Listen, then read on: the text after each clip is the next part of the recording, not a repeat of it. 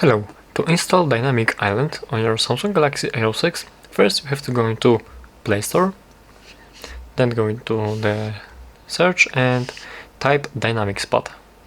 Then we download this application, we open it, and we have to go through these steps to set up the application. So first we have to select applications which allow the app to pop up. Let's select all.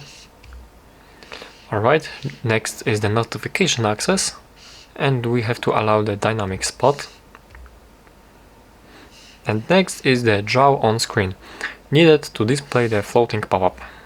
Alright, we have turned on the draw on screen right now, and let's press done.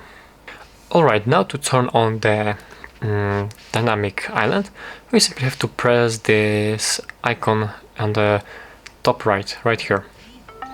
And as you can see, the dynamic island is turned on right now. So that's how we do it. Thank you for watching and please subscribe.